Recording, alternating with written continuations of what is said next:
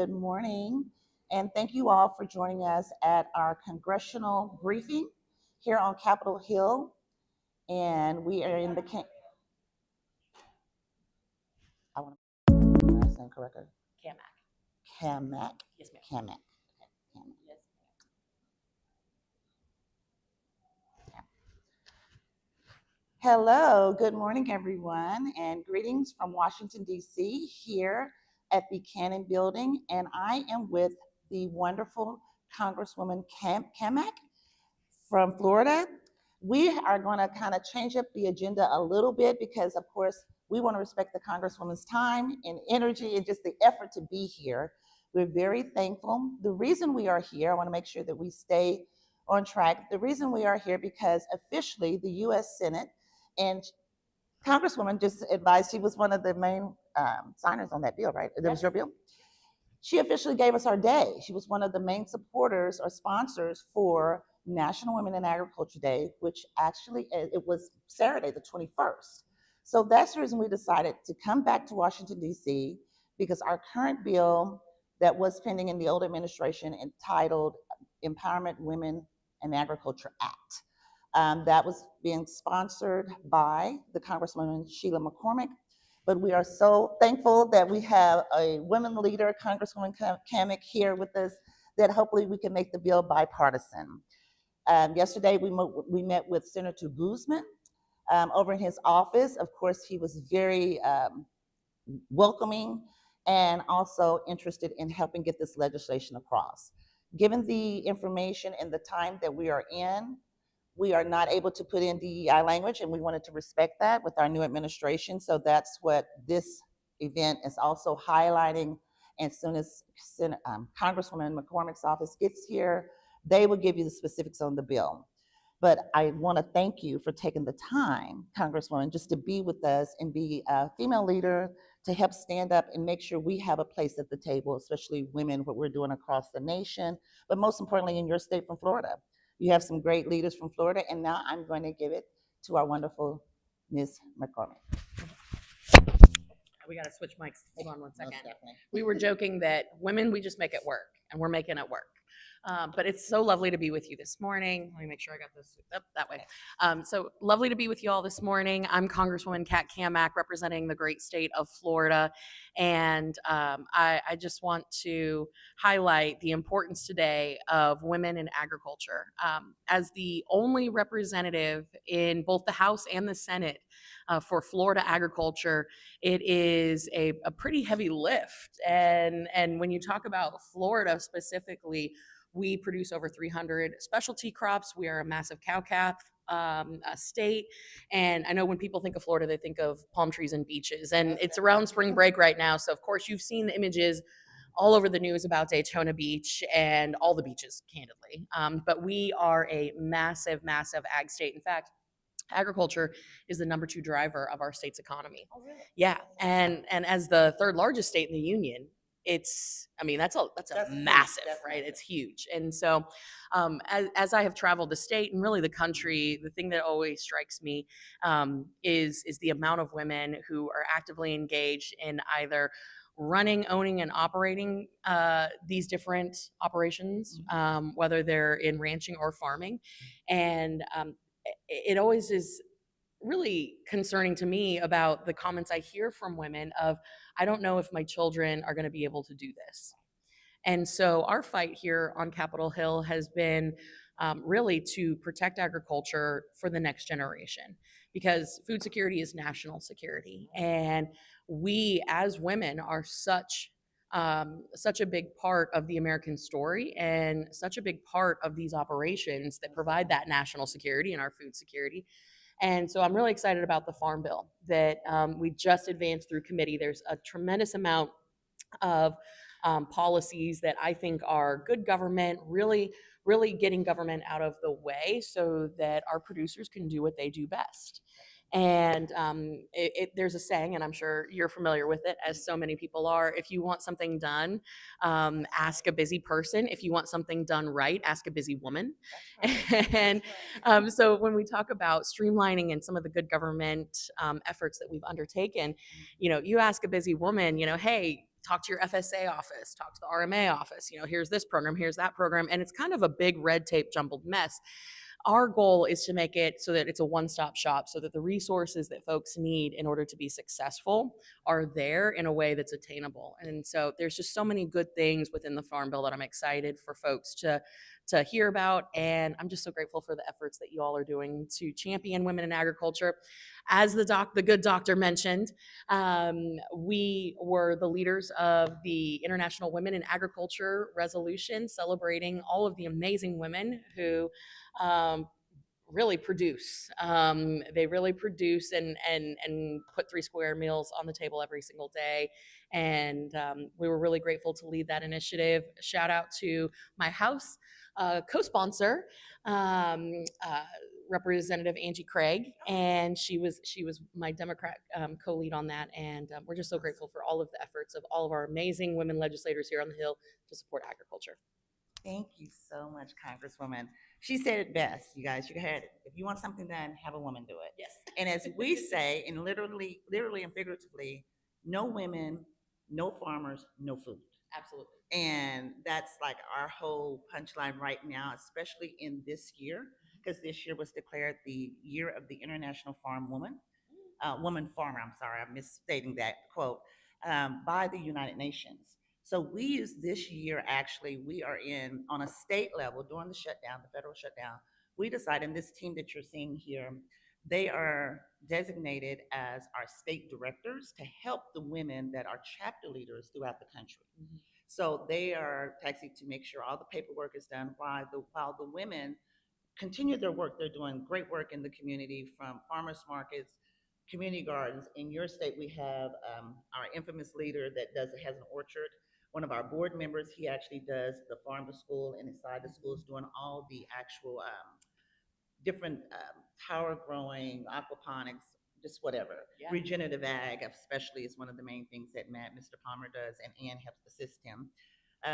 We, like I said, our main point, of course, to celebrate National Women in Agriculture Day. Without always during this time, why wouldn't we go to DC, National Women in Agriculture Association? Why wouldn't we go to DC during National Women in Agriculture Day? To be recognized and respected by your office to even be here. I keep going back to Rachel because she made that happen, and all of our efforts is in an effort to make sure this bill, as I told you, and Sheila McCormick's office, Congresswoman Sheila McCormick's office will be here shortly. The bill is to make sure there are set aside resources through the USDA NIFA program, which the 2501 program has moved over there, it's housed over there. It would set aside 10%, just only 10% of what 25 million is what that agency now receives. I think it may be increased from what the senator was talking about. They're trying to make sure some other funds get through the farm bill, but only 10%, which we're not greedy. We're like, okay, this will just help sustain an organization like ours, because each chapter is able to write for those grant resources and receive money to operate throughout the country in different states, because that's what the bill is about. And that would, of course, last 5 years with the farm bill. Additionally, we are working to meet with Madam President, Madam Mrs.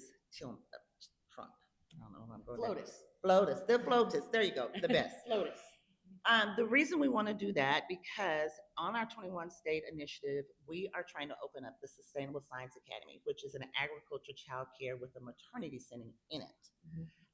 I've been operating one since 2014 in Oklahoma, so I know the ins and outs, and it's self-sustaining through agriculture initiatives. On the grounds, we have a 10-acre community garden where it's a teaching garden, as well as we're able people to come in if they want to adopt beds and be able to sell food, like have a farmer's market, which we have chapters doing that throughout the United States. Our goal is to make sure those initiatives get in on a state level. Because again, the federal congressional bill that goes to USDA, we would have to write for the grants for that, and it makes it competitive for other groups, women groups to also, so it's more vast. But the actual Sustainable Science Academy, we have chapter leaders that are putting the actual, and actually we have one here, Caitlin. She's going to have one that's going to go in Georgia on her farm. That's awesome. Yeah, in the rural area. And you want to come and speak to that on that a little bit? Because I think who could tell it best about sustainable science other than with her as my organization and my chapter as the model, but she's adopted and several others. So you're fine. Yeah. On the state level. Sure. So a little bit what we're doing here in the state of Georgia. So my name is Caitlin Keel Ebright. I am a first-generation female farmer. I also do farm animal rescue. So I work to rescue, rehabilitate, and then in turn use my animals to teach ag education to the young people in our communities, surrounding communities, and throughout the state. So by using the farm as a classroom, essentially, and opening up Sustainable Science Academy in our region, we are not only bridging the gap to introduce agriculture to kids at a very early age, but we are creating a center for workforce development. We are being mindful that there is a critical need for early childhood education and childcare, especially in rural areas. So we're addressing all of those needs for the state as well through rural development. So we're really touching on some key initiatives and priorities that have already been identified in the states, and in turn, fueling the future of agriculture. That's excellent. Wonderful. So women, also being able to make sure we are increasing the number of farmers. Literally, if we start them at an early age, our children are more apt to want to stay interested in it and stay there on the farm to operate for future generations to come. Because what I've noticed throughout my term is people relate to people where they are when they are actually have something to relate to. For instance, if I'm doing a youth event and I want youth to be there, I'm going to call other youth to the table to be the speaker to highlight what they're doing in agriculture. So we have like innovative ways through programs such as the Hip Hop Producer Program. That's the youth as far as the males, the young males, to make sure that they are able to come in and work in after school. So our programs start at 6 weeks old and take the children all the way up through 18. Not saying that the school, they'll be ready by 5. They'll have 3 basic life skills. They'll learn how to speak Spanish, of course, and English properly. They sign language, and of course, growing their own food. Knowing where the food comes from and being able to produce it is a skill by 5 that we want them to be very intentional on knowing how to do that. As far as incarceration and deaths, we also are able to assist with that with our programs. Because the caveat, as far as teenagers, when we bring them, they get to the age where we're able to hire them, they have to maintain good grades and they cannot be a nuisance in society. So our programs, again, it hits all the main solutions to the issues throughout the United States. And thanks to women, we're making it happen.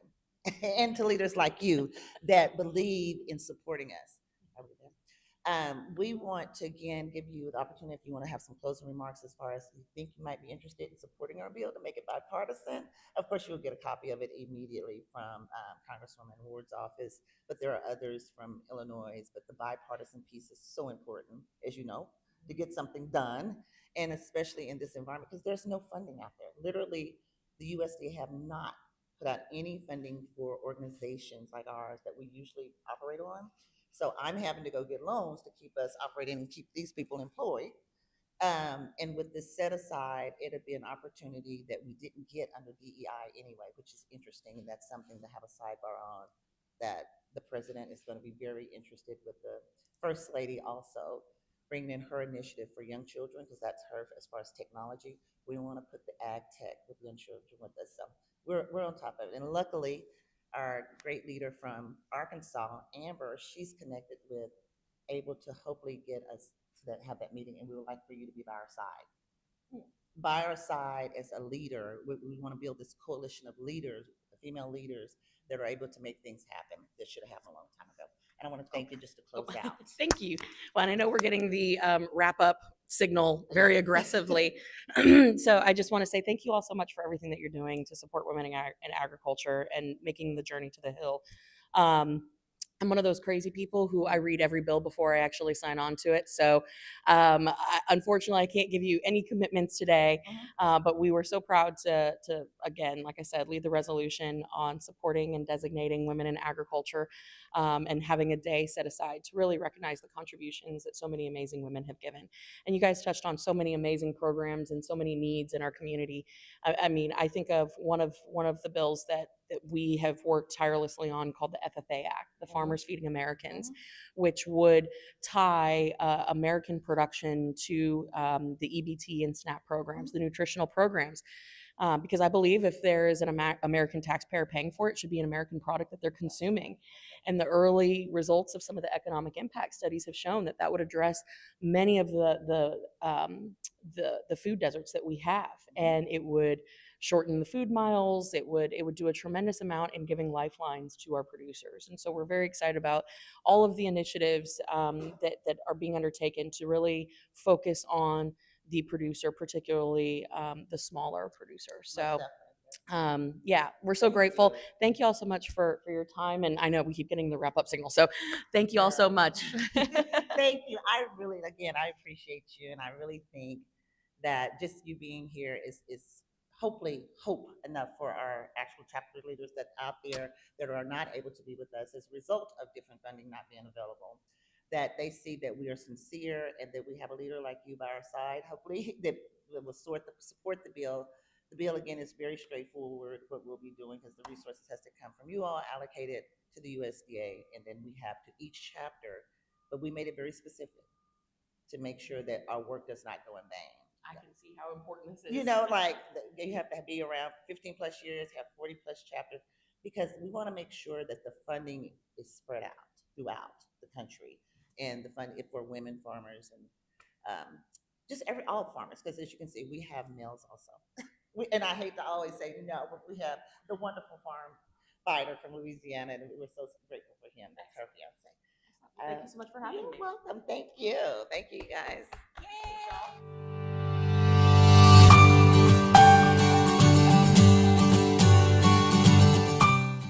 The American women farmers of the Trump administration Grassroots Farmers Aid and Assistance Program, led by the National Women in Agriculture Association, is starting a nationwide movement dedicated to rebuilding America's agricultural foundation. This historic effort is grounded in direct farmer engagement, sustainable policy reform, and bipartisan legislative collaboration.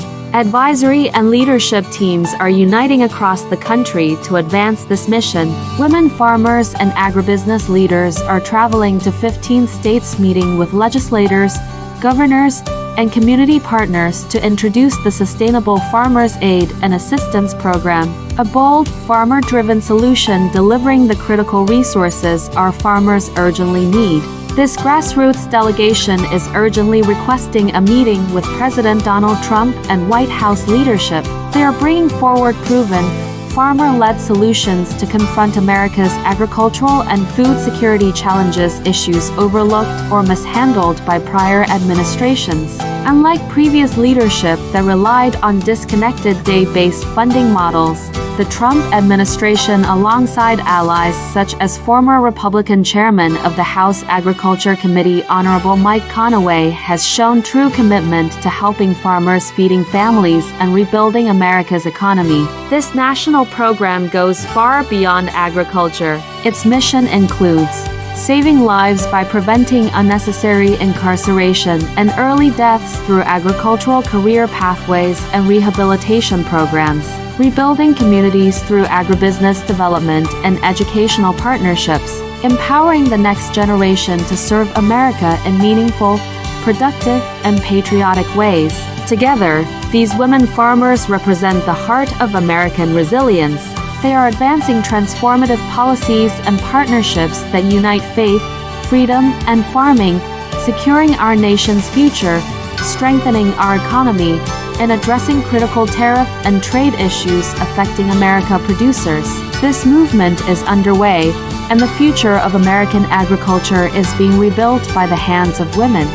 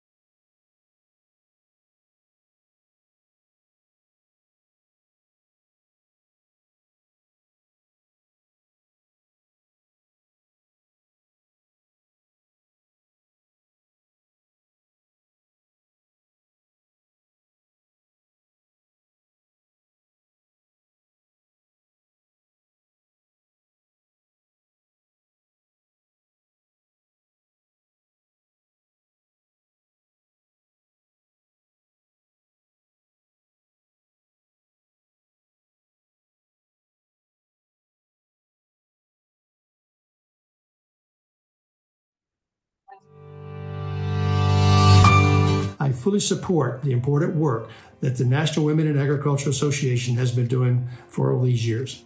About a decade ago, I introduced the organization to the members of the Ag Committee. The purpose was to educate them on the need for a sustainable funding source so that the organization can provide its work in low-resource communities and with at-risk youth. In recent years, the organization has been overlooked with funding opportunities provided by the Inflation Reduction Act and the American Rescue Plan.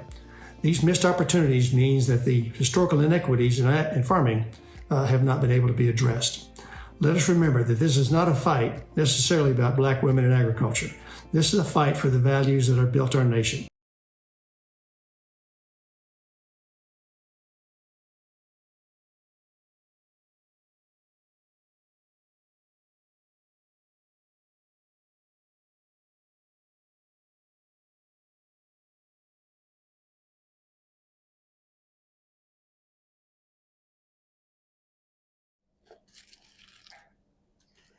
Okay, guys, I'm back with you all. Hopefully, the ones that were on, you see how serious we are. And we just had a wonderful Congresswoman who led and was the sponsor of the bill to give us our day, National Women in Agriculture Day. We have an official day that will go down in history forever.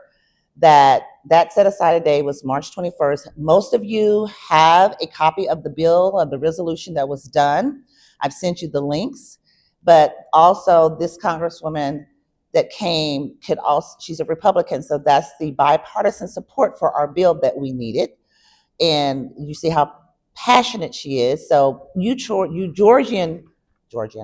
Florian, you all are taxing to make sure that you stay connected with her office if you want this to set aside funding through Congress, because we have the bill there and this bipartisan support. It would really assist to get it finished and done, hopefully in a few months or weeks, because the farm bill has been amended and the funding could come through there and our funding could come out very soon through our bill.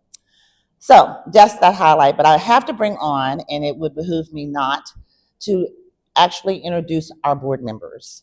I asked them to be here because, again, I like to see people for transparency. As you can see, when you bring people that shows numbers and sincerity, Anna Bennett has been named our president. Starting this year, it was Destiny Carson, you all knew her. All these people that have accepted the role to be our board, the lead, they've worked with me directly. And Anna was literally my first assistant I ever had that assisted me with the initial stages of establishing National Women in Agriculture Association. So without further ado, I introduce you to the Miss Anna Bennett. Madam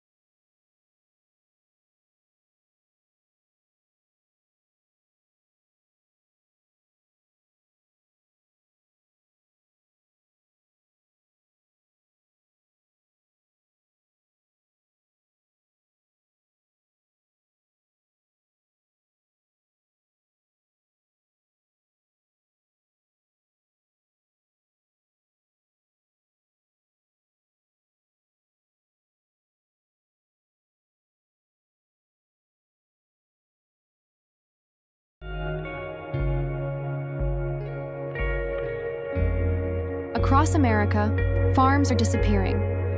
Fields once full of life now stand empty. Farmers, the backbone of our nation, are losing everything. Bankruptcies are rising. Family farms are being burned, sold, or abandoned. And as our farmers struggle, so too does our food security and our future. The average American farmer is nearly 60 years old, and too few young people are stepping in to carry the torch. At the same time, ongoing tariff challenges are impacting the industries and workers that sustain our food supply. This is more than an agricultural crisis. It's a national emergency. That's why the National Women in Agriculture Association, NWIAA, is calling on leaders, legislators, and partners to take immediate action to protect our farmers, rebuild our agricultural workforce, and ensure that every community in America has access to healthy, locally grown food. For too long, rural America's needs have been overlooked, leaving small farmers struggling and our food systems at risk. NWIAA has real, community-based solutions to restore resilience and secure our food future.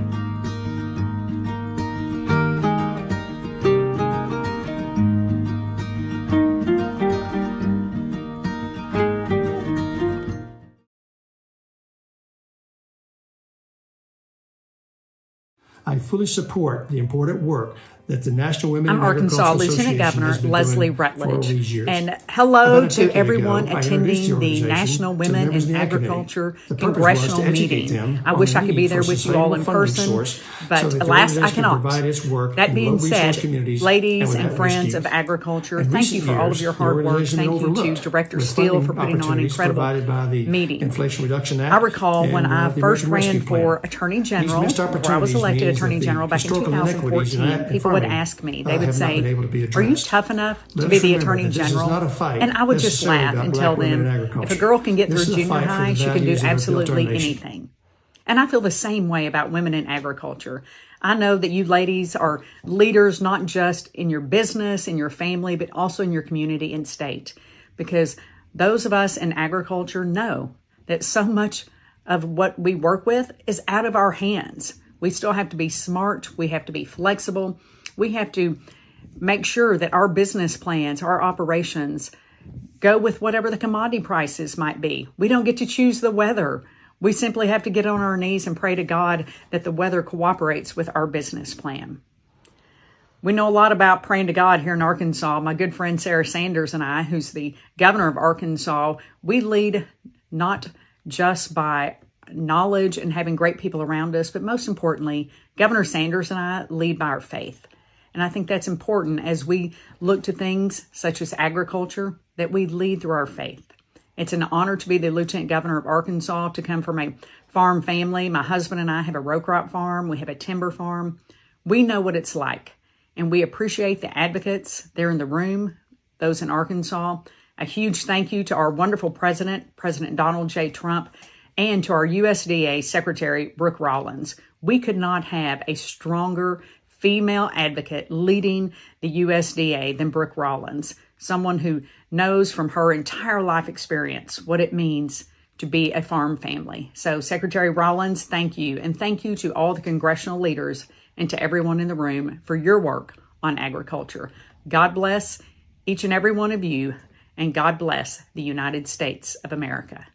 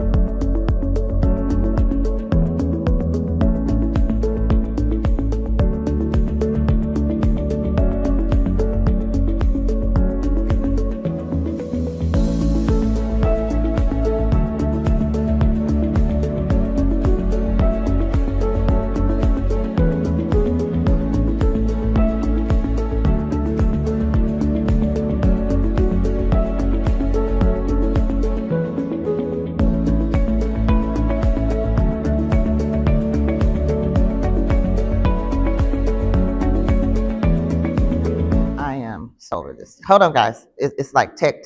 Hold on. I gotta yield. Do I need to mute? Do I need to get off the thing? Okay. Okay.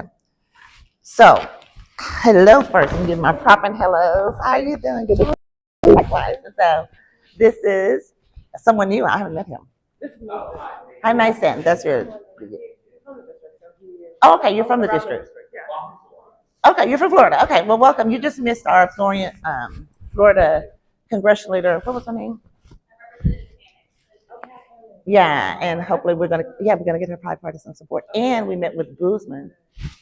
I will cry. Don't make me cry. So I have this, the press release. Everyone's re-signed on all the police. Brownlee, Selena, Jackson, Donald Jackson. Oh yeah. Okay, let me do my. I will cry. Look at your hair. You're so beautiful. I am so glad, Michaela. You guys, you tell me, Monica, when to go?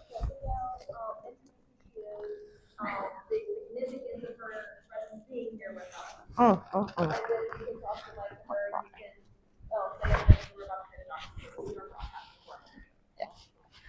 Okay, am I right? Oh, am I right? That's something. Help me. Okay. Alrighty, more. The mic. Then I didn't hand off the mic to her, right? Okay. Tell me when to go. Can I go? Okay.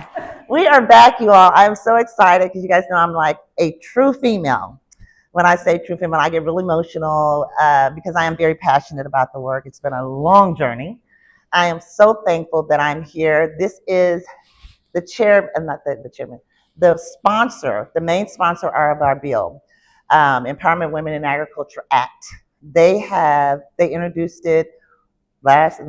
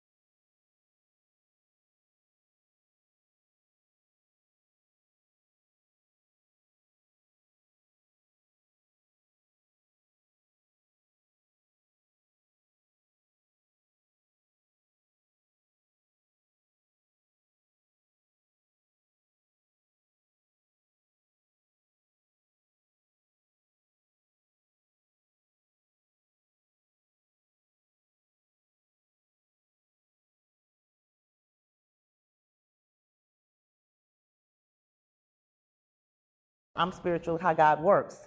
We are able to get bipartisan support. Our bill is titled Empowerment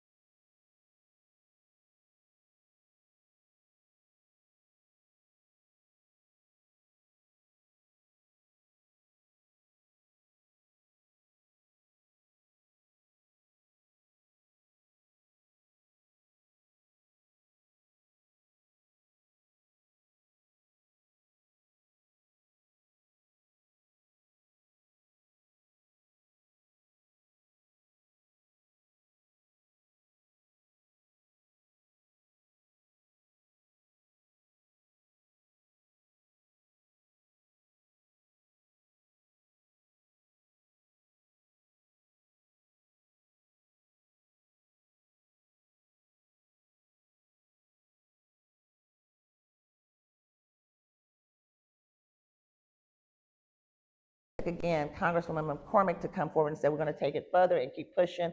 So without further ado, I'm going to hand off the mic